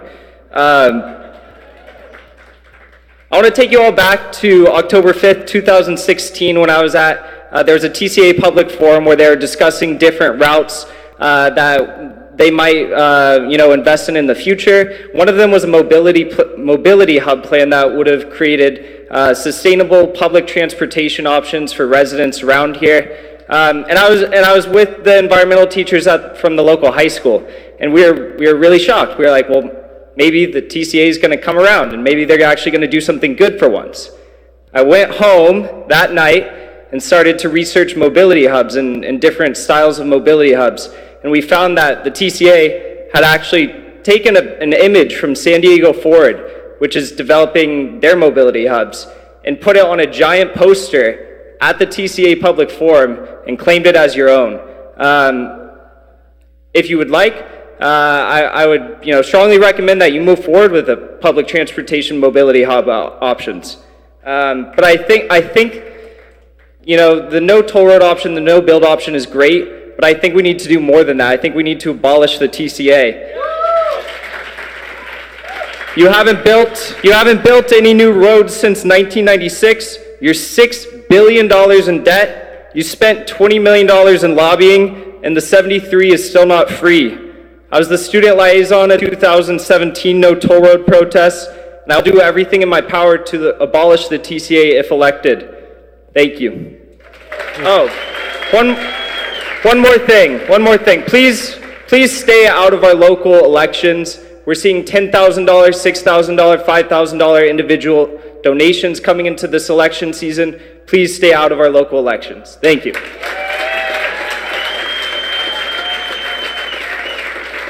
Diane Dolson. After Diane, we'd like to hear from Jake Ribzik, Bob Baker, Kate Mudge, Zoila Tolosa, and Stacy Tran. So we get you lined up, that'd be great. Please, Diane. Diana, excuse me. Okay, my name's Diana Dolphin. I've lived in San Clemente for 24 years. I taught at El Toro High School, and so I've been doing the commute for a very long time. Anyway, that's neither here nor there. I just wanted to point out there was an article in the Los Angeles Times probably 6 weeks ago by candidate Gavin Newsom, and in that article he pointed out that the transportation is going to be changing dramatically in the next 20 years. We will be having hyperloops, automated cars, taxi drones, and so the thought of pouring hundreds of millions of dollars worth of concrete in our city is ridiculous. It doesn't make any kind of sense. I think proposing a toll road is old-fashioned. It's nothing new, it's nothing creative. So I think that, that's one issue. The other thing, and I wrote you an email about this, I would be so interested in knowing the percent of traffic that goes south Monday through Friday is job-related. Because you see, to me, it seems like I go south all the time. I have my son lives down there, and I go at least once a week during the week, and then I go on the weekends. During the week, there's absolutely no issue. So I can't imagine many people live in Orange County and work in San Diego. Why would they do that? It's expensive to live in San Diego. And so on the weekends, I have a suggestion for all the people who get stuck in traffic. Take out your cell phones, put on MapQuest and see how long it's going to take you, adjust your time, and go earlier. Or whatever. It makes, anyway, that's all. Thank you. Thank you.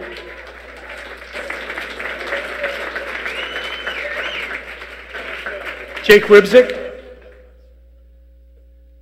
Hello. My name is Jake Ribzik. I am a candidate for San Clemente City Council, but today I'm here as a citizen because I'm concerned. The TCA comes to our city and they claim that they want to have an honest conversation about transportation. They want to talk about these different lanes. Well, let's back it up. Let's start off with having that honest conversation. The TCA has been lobbied from developers and corporations to push down tolls down this city's throat. Let's ask the city, do we want a toll road? No. That's your honest conversation.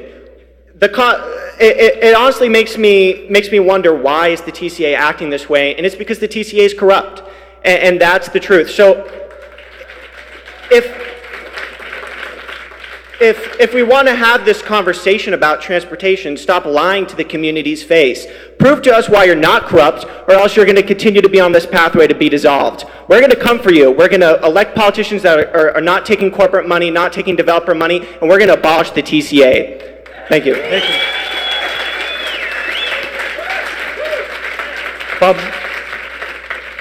Bob Baker.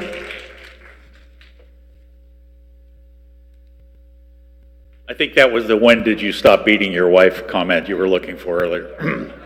Wasn't a question. My name is Bob Baker, former city councilman, former mayor in San Clemente, former representative on the TCA board of directors.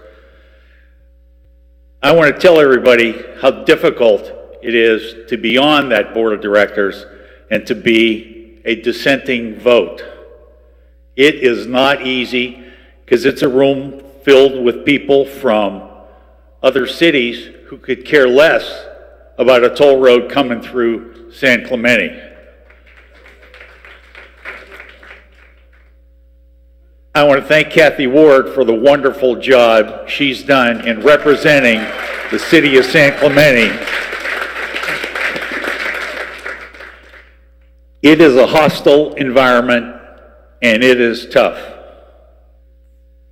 Pat, I want to thank you very much for your leadership in getting that La Plata extension done. That is a huge thing for San Clemente. Thank you very much to Senator Pat Bates. And Diane Harkey, that was here earlier, she had some great ideas about the TCA. I sat there and watched them raise rates. You vote against those kind of things, and the vote is 25-1, and but you still have to speak your mind, which Kathy, and thank you very much for that. Solutions that have been great for San Clemente: La Plata, the Pico interchange, the freeway carpool lanes, and OCTA has been a wonderful partner in those, because you've been receptive, you've listened to input from the elected officials in San Clemente and done a fabulous job on that. So thank you very much, OCTA. The Quiet Zone, the Beach Trail, and funding for LIFT for things around town, all great ideas. Thank you very much. And just one comment: if Los Angeles and Riverside are commuting to Orange County for all the jobs, then why aren't we building the toll road in that direction? Thank you. Kate Mudge.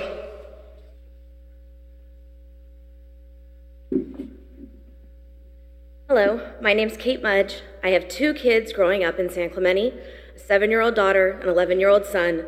They use our parks, schools, and open spaces every day. I am vehemently opposed to any toll road or managed lanes in South Orange County, and specifically through San Clemente.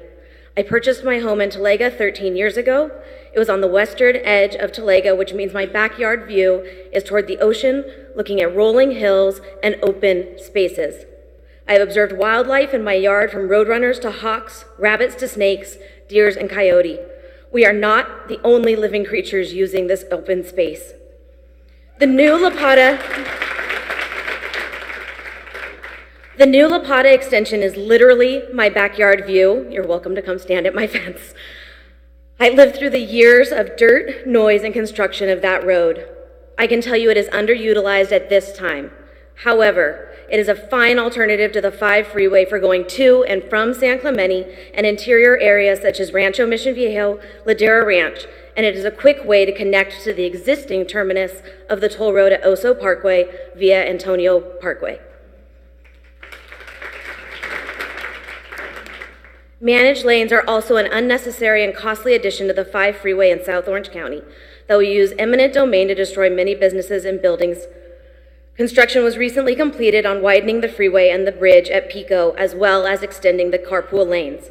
This summer, I noticed a considerable drop in traffic jams compared to previous years that is continuing this fall, and I asked for a study now that the construction is completed. Then my daughter, who is 7 years old, commented to me, "Mom, the freeway's been under construction my entire life." I ask that you drop this unneeded, unwanted destruction of our open land, parks, school, and community. No toll road through South Orange County, not now, not ever. No means no. Thank you. Zoila?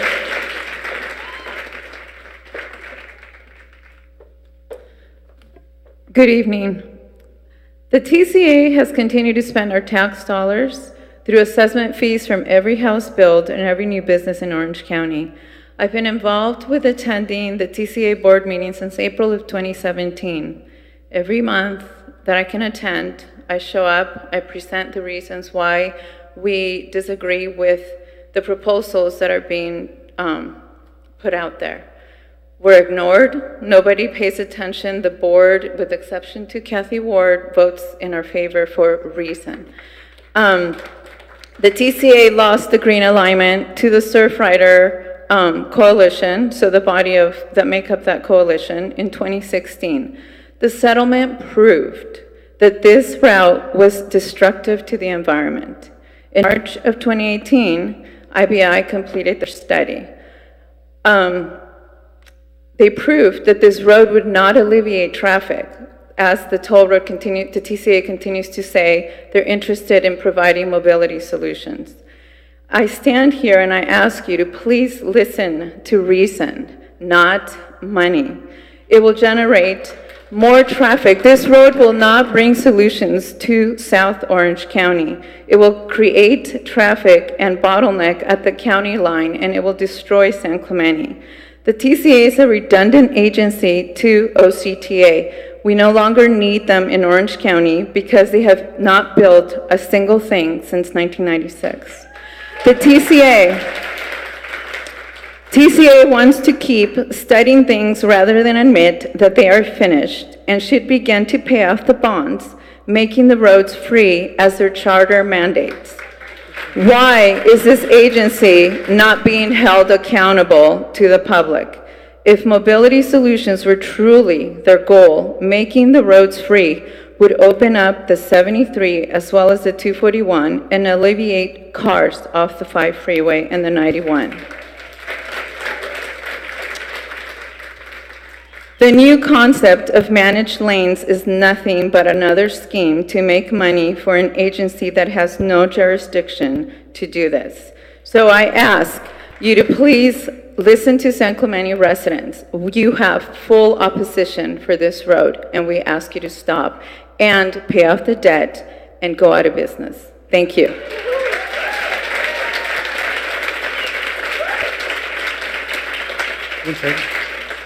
Stacy Tran, followed by Bev Conrad, Linda Thomas, Pete Van Nuys, Michelle Schumacher. Okay, so I'm Stacy Tran, and I'm a resident of San Clemente, and I just want us to all think back of why do we even live here? It's like a gem in Orange County. I used to live in Garden Grove, Cypress, Huntington Beach, Irvine, San Juan Capistrano, but 6 years ago, I was like, I want to live here. If there was a toll road here, or I knew there was construction of a toll road, do you think I would have moved here? Absolutely not. I own a house with my mom in Irvine, and at least the TCA was above board and showed this is where a toll road is going, and we have a house that is right up against the 261. But we bought that house knowing there's a toll road. How in the world, I mean, it's just unbelievable to even think. And when people told me that I thought it was a joke, to be honest with you. I thought there's no possible way that we're going to have a toll road through all these mandated open space areas that the city of San Clemente has spent decades trying to preserve. And then TCA is just going to walk in here and decide to build this huge toll road for what reason? For what reason at all? There's zero reason. Well, I mean, of course that's the reason, but I'm saying what reason for the residents? I mean, it's just horrible. And just, we shouldn't even be having this conversation about a toll road. Should just be done. Thank you. Bev Conrad. My name is Beverly Conrad. I've lived in San Clemente for 40 years. I was born in Santa Ana. 4 generations of my family are from Orange County.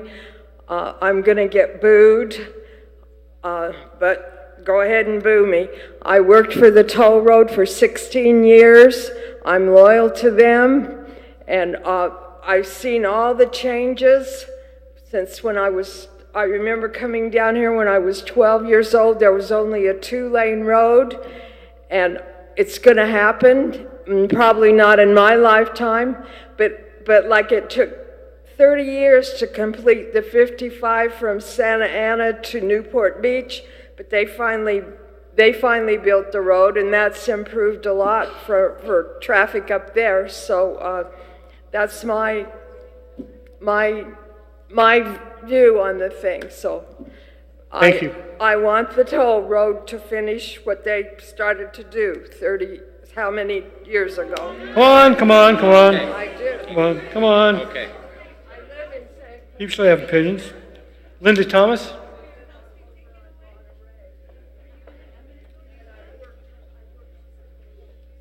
Come on. My name is Linda Thomas, and I've been here for 25 years.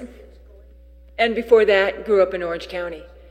And it's really interesting why she came before me and said that, because probably the only reason that there should be a toll road is because San Onofre had 2 accidents, and I don't think any of these people knew about it.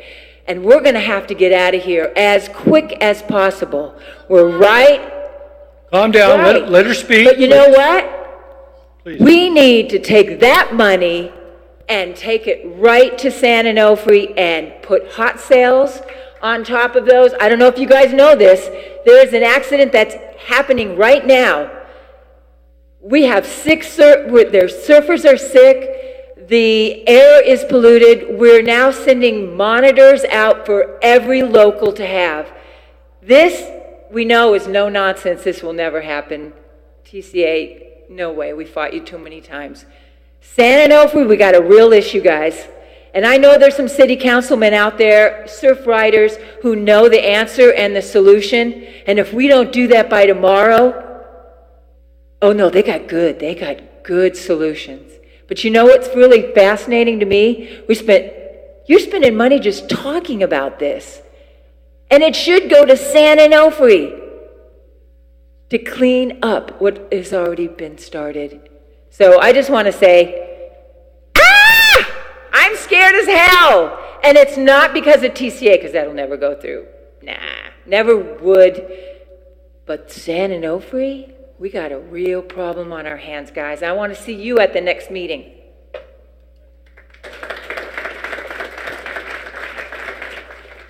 Pete Van Nuys. Good evening, gentlemen. It takes real stones for some of you to show up tonight. I'm going to try to be positive. I know I have to ask a couple of questions that may prove useful.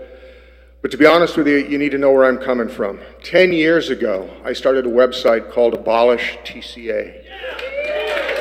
I did that because I watched the financial failure of the 73. And it occurred to me that tollways surrounded by a network of freeways was a stupid idea. So tonight I'd like to know, well, TCA is a one-trick pony.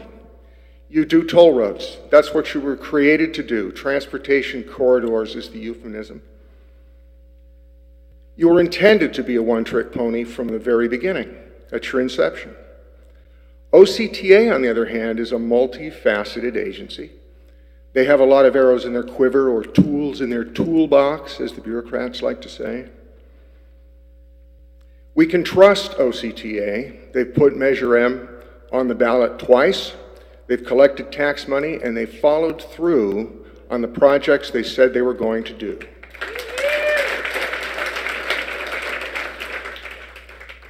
As a one-trick pony, I think TCA has reached the end of its useful life.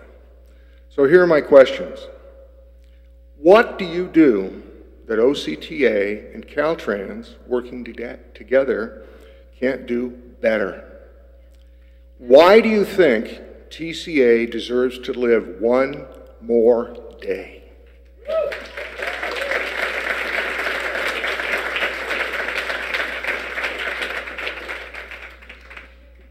Good evening. Thank you, Mr. Chesney and Mr. Spears and everyone who's come tonight, but especially you guys on the end. I just want to let you know that this room is not representative of the entire community who's lost sleep for over a year and 8 months now, wondering if their house value, how much it's been decreased, losing sleep, feeling sick, and worrying with stress. That's what's been going on here in San Clemente for the spaghetti map and all these things that you guys don't even have authority to do, that you're trying to put out there to confuse us all through this process of your 10 lobbyists and 35 people that you call a process that's cost millions. But let's just get down to brass tacks. This is a JPA agreement, okay? With the city of San Clemente as one of the members. The other cities were a party to this. No city would have signed up to be in this JPA agreement if they were going to come back and be destroyed 30 years after you couldn't get the only thing done that you had 30 years to do. So that is just wrong. It is wrong that you come here with that premise that you can destroy someone that you had an agreement to do one thing. It didn't get done, 85% done, call it a day. The other thing is the board meetings. We go every single month to as many as we can. This board is comprised of mostly northern cities in Orange County. We have taken a singular picture twice a day at commuting traffic times for over 1.8 years. It shows that there is traffic in mid-Orange County, North Orange County. There is traffic. South Orange County does not have the traffic problems that mid-Orange County and North Orange County has. But the directors, they don't know that at the TCA. They know their Fullerton area. They know their Anaheim area. They don't know that we don't have the traffic problems that they have, so they don't get it. I'm very concerned about the Joint Powers Authority Agreement. The development fees were supposed to be reviewed annually by the Board of Directors. They have been increased automatically year after year without board review or approval, despite not building anything for the Foothill Eastern for 20 years. Let's take a look at what that costs a resident. 11 years ago, we purchased our home, paid $5,173 in a development fee. Over a 30-year mortgage, that's $16,000 to $20,000, depending on the interest rate that my family will pay for the Foothill Eastern toll road to that development fee. Clean up your act, abolish the TCA. We have Caltrans, we have OCTA, who is honest and gets the job done. We're tired of the consultants that you guys are hiring that run the TCA. We're tired of the harassment from them. You know, there's a firm that actually took the domain name No 241 extension that the TCA hired. They are getting paid like $1.8 million contracts. And it's just 4 lobbyists call the shots at the TCA. It was almost went bankrupt in 2008. I fear that that'll happen again soon. We already did the bailout. We don't want to do it anymore. Thanks. Thank you. We have two more speakers, Laura Smith and Louise Herbert. Laura Smith, Louise Herbert. That's it.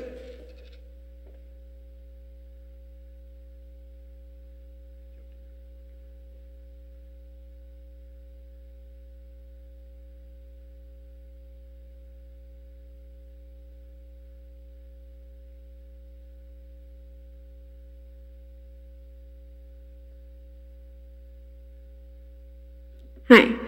Reading the PSR, I saw that The funding was expected to be provided through a combination of developmental impact fees, toll revenue, bond fund, but in addition, potential federal, state, and local funding sources. So this study that you sent to the Caltrans, I believe, is a waste of taxpayer money because these extensions have already proven to be not needed by our IBI study and denied by government agencies such as the water boards. And Los Patrones was approved as a free arterial road by the water boards. As a free road, it does increase mobility, not as a toll road. I don't know why the TCA would be reimbursing RMB for construction if it is to remain a free road. It makes you wonder. And we found out that the TCA was going to be reimbursing because we've been going around telling people that other councils that the TCA hasn't built any roads in 20 years, and yet they came back and said, yes, we are reimbursing for Los Patrones. So also these routes have managed lanes on the 5 freeway, something I believe the TCA has not been authorized to do so as part of their JPA agreement. And let's not forget, as stated in the letter that OCTA wrote to Mr. Cramen, that they already have a $5.9 billion plan to improve all the major freeways and ease congestion. One project is the I-5 from the SR-73 to El Toro Road. It will have one additional general purpose lane from the 73 to Alicia and one HOV lane from Alicia to El Toro. This will help to relieve traffic from the point where it backs up at Oso Parkway. And that's real mobility. Having the carpool lane continue to Avenida Pico has really opened up the flow of traffic in our town of San Clemente. Additional project when needed is to add one HOV lane from Pico to County Line, just like you were talking about earlier tonight. And we do not want TCA to change this lane into HOT lanes, and that's going to back up traffic, just like it has at the 91 freeway. And we do not want the TCA to take away these lanes and have the same mess. So we would ask the TCA not to submit this report and just to stop it, all for their benefit, and to keep our mobility solutions going just for their profit, and to keep, like I said, our mobility solutions as they are. Thank you.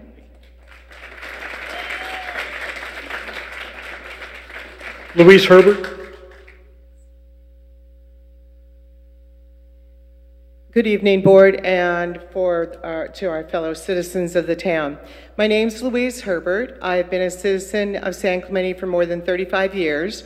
During the last 30 years of my working time frame, I spent 10 of them on Metrolink and Amtrak. It is a very underused system, and part of the problem is encouraging people who do commute daily to get out of their cars and onto the trains.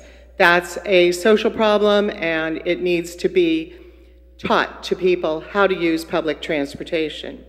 Secondly, Mike Levin, who is a candidate running for the 49th District for Congress, was not able to be here, and I have been asked to read a statement for Mike Levin. It is opposing the toll road extension through South Orange County. My family and I are longtime residents of South Orange County, and I have been against the toll road extension since the idea was first announced. I have personally taken time to speak in front of the TCA board, where I expressed my opposition to the extension. As I told the TCA board, I do not believe that we need to mitigate traffic in this area, but I do not support any of the proposals that the toll road extension has proposed to this date.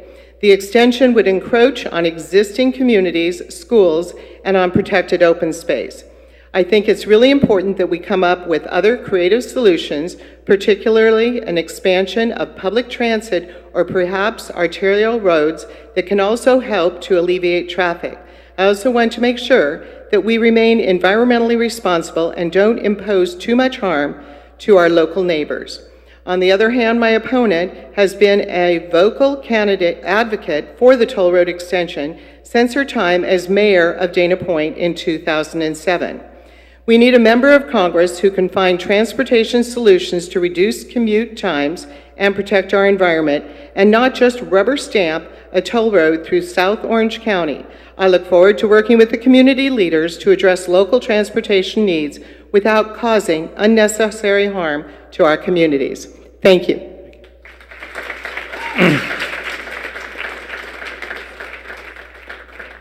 Thank you all. That completes the cards we've received of people who wanted to speak. We have 2 or 3 things.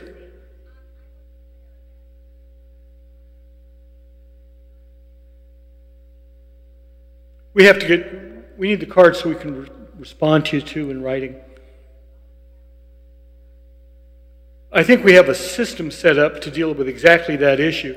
We can take you into a side room, ask you, film your comments, make sure that they're available, and to make sure that the public sees them. And we also wanted to, if we also want to invite you out to the next council meeting, we're going to have an expanded first public comment section in the next council meeting, designed particularly for those who didn't have the opportunity to speak tonight, maybe thought of something later. Yeah, it's a similar procedure. So there'll be an opportunity given. We do ask that anybody who can, please provide those comments in the room next door. We also do have a little bit of some questions as well as some closing comments from the board here. So we'll do that. And then I think many members of this panel will stay after, so you can do some Q&A as well for those that are interested. That's right on the money. There are 2 or 3 things. Mike, if you could help us. A lot of the issues that people raised, is this the right time to bring some of those questions up? Some of the questions on the environmental impacts, some of them on who owns property, how that works, and where that fits overall into what you're trying to do. Could you... So in terms of, if I understand this correctly, in terms of environmental impacts, we have not even started the environmental impact report. This PSR PDS is actually the first step into initiating a formal CEQA NEPA process, a state and federal process. And so we anticipate starting the environmental document process in the first quarter of 2019. And so when we do that, there are probably a couple dozen studies, technical studies that have to be done, which includes right-of-way impacts, air quality, noise, all the different technical studies that are mandated by state law. We have to do those. And Caltrans and Federal Highways are the jurisdictional agencies that review those. And so, again, we haven't even started those.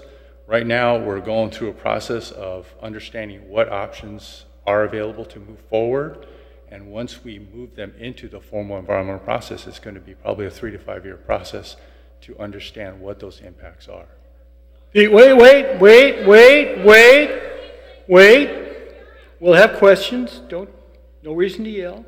We all want to find out. When you're working on these projects, you're already in the process of identifying options. What are the chances that some options will be added or some options will be eliminated? In this process where we are now, before you enter the scoping process, what are those opportunities? And would that be done by the TCA board? No, there will be no formal vote by the TCA board until we get to a preferred alternative, which is, again, 3 to 5 years down the line. What I will say, though, is there is an opportunity for other options to be introduced, specifically when we get into the alternative scoping process, which is in the beginning of the formal environmental process. So the alternatives that we have now, some may be eliminated, and there may be other ones that may be introduced, and that's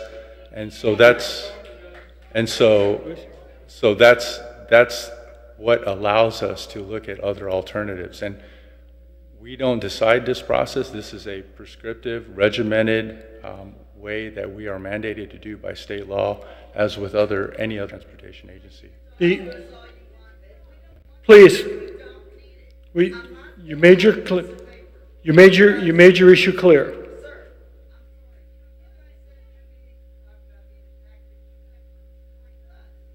Thank you. So let's back up a little bit. So you're throwing you guys. Okay. All right. All right. So here's the thing. TCA came tonight, they spoke their piece, we spoke our piece, and we're grateful for that. It is important that each of you take time in this meeting to formally register your comments, not yelling here because it's not going to be formally registered. Going in there, sitting on video, and stating your opinions so that the lawmakers in Sacramento, the TCA board, and everybody along this process can formally hear your voice. Yelling at these guys, frankly, isn't going to move the ball forward, although it feels super good. The way we move the ball forward is putting our name and putting our comments on the record, right? And in a methodical and sometimes emotional ways so that all of the board members, all of the staff can hear these complaints and it can be part of the record. It's all aggregated. It's all part of that. So I plead with you to stay and use the resources that we've set up tonight in that way. That's really what the ask is, if I could make that. Kia, can you, when you're working with various projects and you trying to decide what will go into your long-range transportation plan, what types of things they have to be fund projects to get state and federal funds, have to appear in that document? Will that move forward? Would something like the IBI study be influential in making that decision?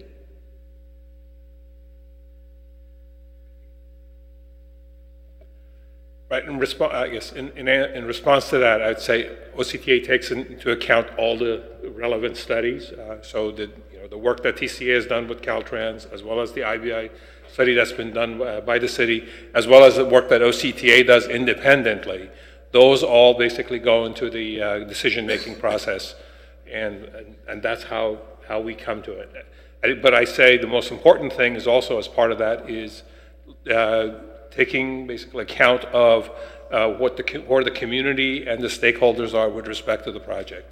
And we are very sensitive to that because we don't want to include projects that eventually will not move forward, because that I think it does not help our broader plan in general. Thank you. Mike, can you help us wrap up? So give us 3 minutes of summary of where you think the TCAs are. Yeah. Thank you, Stan. I'd like to make one point very clear, and that's that no decision has been made on how we'll move forward. There are options on the table, one of which is actually to do nothing. And TCA is a sponsoring agency for this project, and it's similar to other sponsoring agencies on other major transportation projects. And we're mandated by law to look at a variety of alternatives.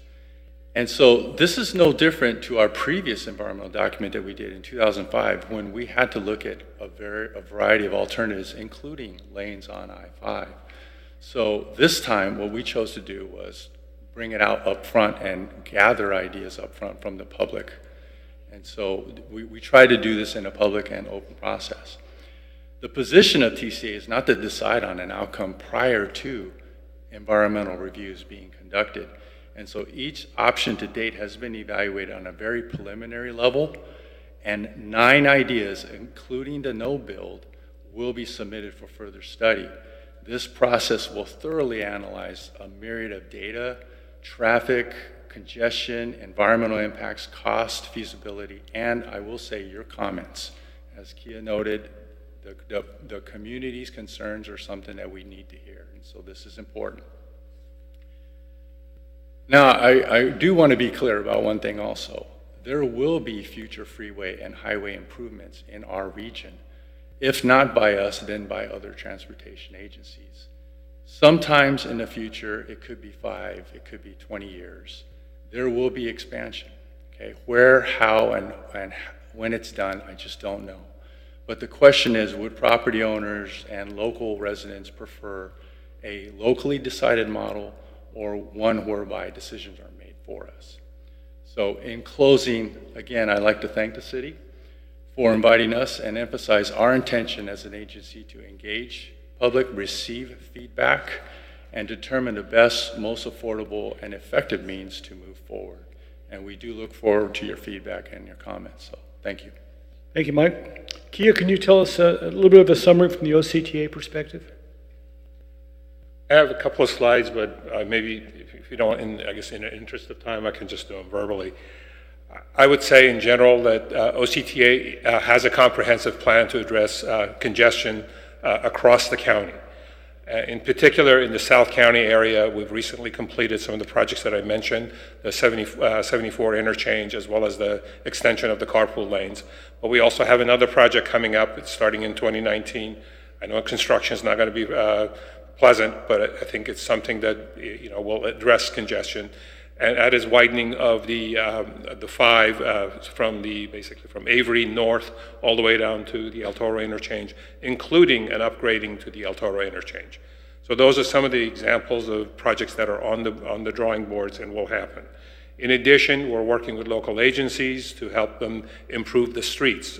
So we're trying to kind of have some balance. So not everything that can be done or will be done on the freeways. So some of the facilities that you've seen, like the La Pata extension, as well as Cal Camp Road, as well as some of the other improvements in Mission Viejo and Laguna Niguel, those are all going to be also funded and moving forward. In addition, we're doing a lot with signal synchronization. We're helping traffic move more freely so that there's less stop and go and hopefully more go. And that's been very successful. It's very cost effective, and we get a lot of bang for the buck on that one. We also provide funding to the streets, to local agencies to help take care of the streets that they're building. Also on the transit side, CTA is trying a couple of different things in South County. You've seen that we've funded shuttles, community shuttles that are kind of going around this during the summer to help people, give an option to people other than driving. They drive to remote parking and then you take the shuttle around. It just helps take the edge off. In addition, we're trying a new thing.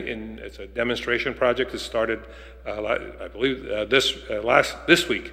In the Aliso Viejo, Mission Viejo, and parts of Laguna Niguel. It's not the entire city, but it's a demand responsive shuttle. It does not follow a particular path, but it's a small van, and you call it on your app, and it's $4.50 or $5 for as many trips as you can take during the day, but it's another way of trying to find a transit solution that works in low demand areas or areas where the density is not there for a big bus to work. So we're hoping that that will be successful. It's a 1-year pilot, and once it's successful, we know that if it works, hopefully we can expand that to bigger areas and provide other solutions. So that kind of gives you around is like how our approach is we're trying to look at everything. We look at how we can make the streets work better, the freeways work better, transit work better, and at the same time also make sure that we're taking care of the environment. Thank you. Mr. Mayor? So first of all, I'd like to thank everyone who came and participated tonight and attended and watched from home. City of San Clemente appreciates your engagement, your passion, your enthusiasm for this. Frankly, it makes it all a little bit easier for us to continue in the fight together. I'd also like to especially thank Kathy for allowing me the opportunity to sit in her stead up here. Like I'd reiterated before, she's done incredible work on the TCA board. I'm grateful for her efforts and for really being the impetus behind this meeting tonight. And we really wouldn't be where we are without her.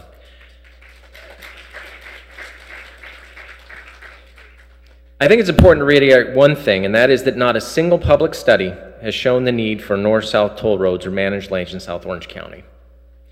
In fact, all studies that have been released show the opposite. We believe that we don't need to spend billions on toll roads that will not actually fix our regional traffic problems. I would encourage those of you who are watching from home, if you could do a favor. I know we've got a little camera system set up here, but we all have these wonderful things called smartphones. This is incredible technology. And you can video yourself making a comment about the toll road, sharing your opinion on where we are, what we stand, what the developments are next, and you can email that to the same email address, which is going to come up right now. Let's see how good boom, just like that. It's almost like I planned it. You can email that video to that email address, and that counts. That's a good thing to happen. And so for those who may be watching from home, those of you who have friends please get that information submitted. The more, the merrier, literally. Because these comments will help provide a record that we can use to support community opposition to these toll roads. I encourage everyone to send in the comments, and the only way to really help change things is for us to be united in voice and to be really strong on this item.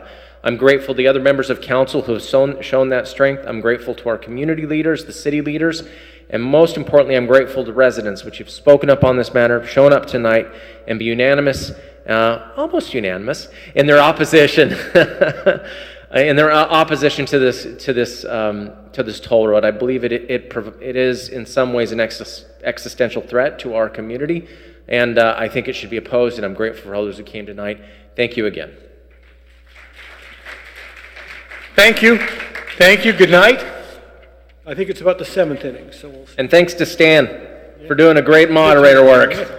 Got you.